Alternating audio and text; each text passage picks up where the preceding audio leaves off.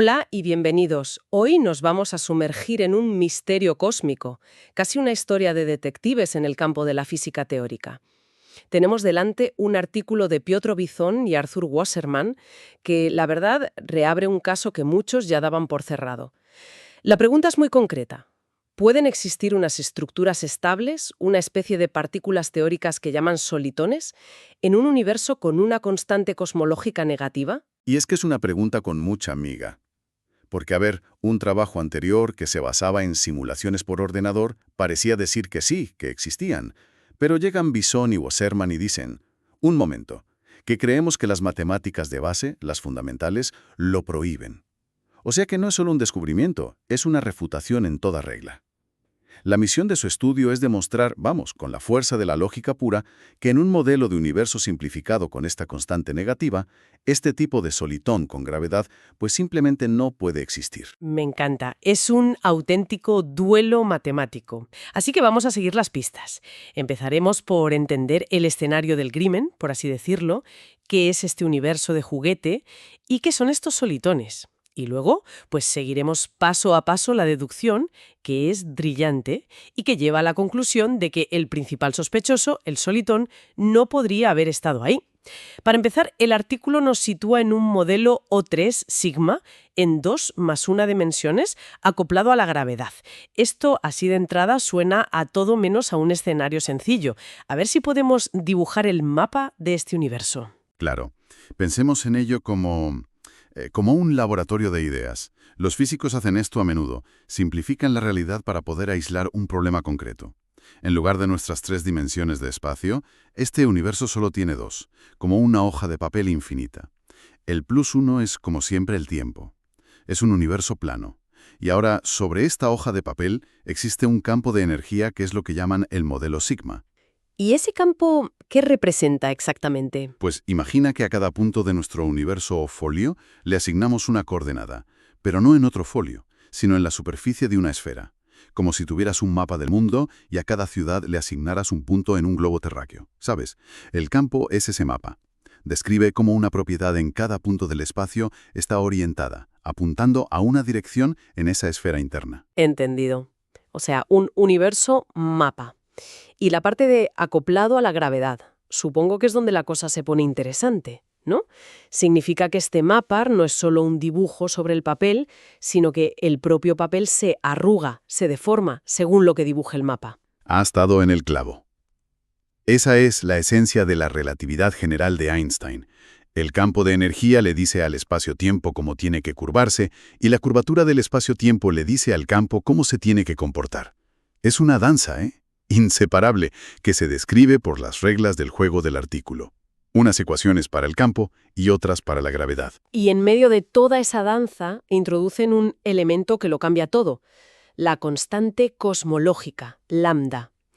Y concretamente una lambda negativa, que esto ya de por sí es contraintuitivo, porque en nuestro universo creemos que es pequeña y positiva y que causa la expansión acelerada. ¿Qué tipo de universo extraño crea una lambda negativa? Pues crea un universo con una geometría muy particular, que se conoce como espacio anti-de Sitter, o ADS. A ver, si un espacio plano es como una mesa y uno con curvatura positiva es como la superficie de un balón, un espacio con curvatura negativa es como una silla de montar. Se curva hacia arriba en una dirección y hacia abajo en otra, mires donde mires. Es un espacio que, digamos, tiende a replegarse sobre sí mismo. Tiene propiedades fascinantes, muy extrañas, como que la luz puede viajar hasta el infinito y volver en un tiempo finito. Vale, un universo que es como una silla de montar infinita. Ahora, ¿por qué nos importan tanto estas partículas teóricas, los solitones, dentro de este universo? El artículo dice que, en el caso más simple, sin la constante, juegan un papel clave en formar singularidades. Exacto. Y aquí es donde conectamos con una de las preguntas más profundas de la física. Las singularidades son puntos donde nuestras leyes se rompen, como en el centro de un agujero negro. Son un problema. La hipótesis de la censura cósmica postula que el universo es decente y siempre esconde estas singularidades detrás de un horizonte de sucesos. Nunca vemos una singularidad desnuda. Es como si el universo barriera a sus problemas debajo de la alfombra del horizonte de sucesos. Precisamente. Y en el modelo más simple se cree que estos solitones estables son las semillas a partir de las cuales podrían crecer estas problemáticas singularidades desnudas. Por eso es tan crucial saber si existen o no. Si puedes demostrar que en un cierto tipo de universo estas semillas están prohibidas, entonces has encontrado una pista de que ese universo podría tener un mecanismo de censura cósmica ya incorporado.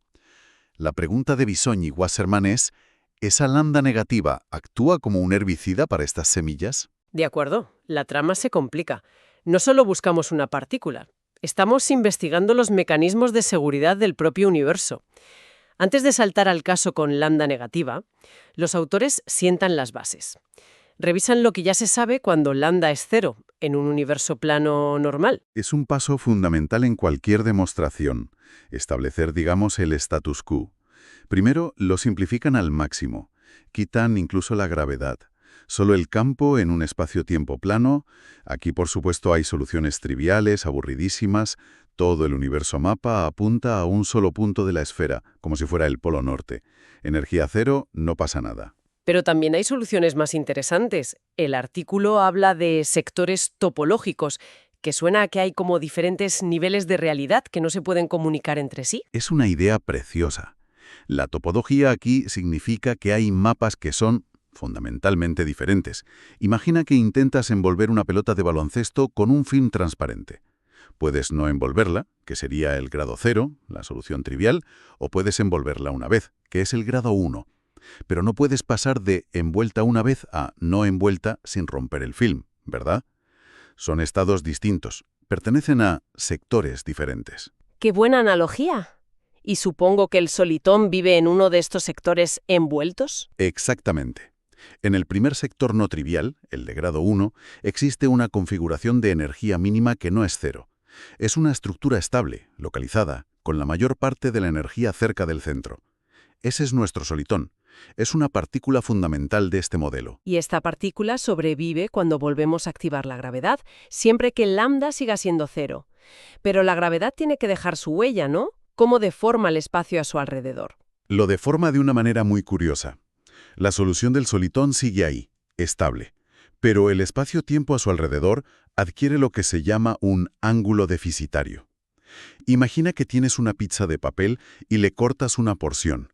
Si luego pegas los dos bordes rectos que te quedan, ya no tienes un disco plano, tienes un cono. O sea que el espacio se vuelve cónico alrededor del solitón. Que si caminaras en círculo a su alrededor no recorrerías 360 grados para volver al punto de partida, sino un poco menos. Justo eso. Es una idea extraña, ¿eh? Que la presencia de un simple cúmulo de energía pueda, literalmente, borrar una porción angular del espacio. Es una de esas consecuencias de la relatividad general que te obliga a repensar qué es realmente el espacio. Pero, y esto es crucial, solo funciona si la gravedad no es demasiado fuerte. Si el acoplamiento gravitatorio supera un cierto límite, la solución colapsa. Vale, entonces, el escenario está claro. En un universo normal, sin esta constante, tenemos estos solitones que existen, son estables y convierten el espacio a su alrededor en un cono, entendido. Pero la pregunta del millón y el núcleo de este artículo es, ¿qué pasa cuando activamos esa constante negativa? ¿Se rompe el juguete? Aquí es donde empieza la investigación de verdad. El cambio en las ecuaciones parece casi trivial. Es solo añadir un término extra que depende de lambda. Pero ese pequeño término cambia las reglas del juego por completo. Los autores buscan una solución con las mismas características que antes, una estructura estable, que se comporte bien en el centro y que, muy lejos, haya conseguido envolver la esfera por completo. Y aquí es donde chocan con el resultado numérico anterior. O sea que el ordenador decía, la he encontrado, pero Bisogn y Wasserman sospechan que el ordenador se equivocó, que fue engañado por una solución que parecía correcta pero que en realidad no lo era. Exacto. Y para demostrarlo, no usan un ordenador más potente. Usan el arma más elegante de la física teórica, una demostración por contradicción. Y para ello, construyen una herramienta a medida, definen una nueva función, la famosa función h. Espera, ¿entonces inventaron esta función h de la nada solo para esta prueba? ¿Cómo se les ocurre algo así? Suena un poco, no sé, demasiado conveniente, casi como hacer trampas. Es una pregunta excelente y toca el corazón de cómo se hacen las demostraciones en este campo. No es hacer trampas, es más bien como construir una llave maestra. Piensa que estás buscando una contradicción. Creas una especie de detector de contradicciones. Diseñas esta función h para que tenga una propiedad matemática muy simple. Solo puede ir cuesta abajo. Su valor nunca puede aumentar. Es una construcción de puro ingenio, no es algo que midas en un laboratorio como la energía. De acuerdo, me gusta esa idea. Un detector de contradicciones que solo puede ir cuesta abajo. Es como una pelota que sueltas en una ladera. Solo puede rodar hacia abajo, nunca hacia arriba. ¿Cómo usan esta pelota? El primer paso es demostrar rigurosamente que en efecto solo puede ir cuesta abajo.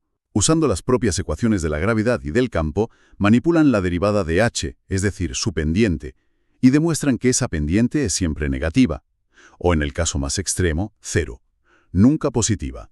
Así que el primer pilar de su argumento está puesto. La función h es monótona decreciente. Un momento. Si h empieza en un valor y solo puede bajar, es como una batería que solo puede descargarse, nunca recargarse. Entonces su valor en cualquier otro punto tiene que ser por narices menor que su valor inicial, ¿no? Has llegado tú sola al segundo pilar de la prueba. Exactamente. El siguiente paso es ver con qué carga empieza la batería.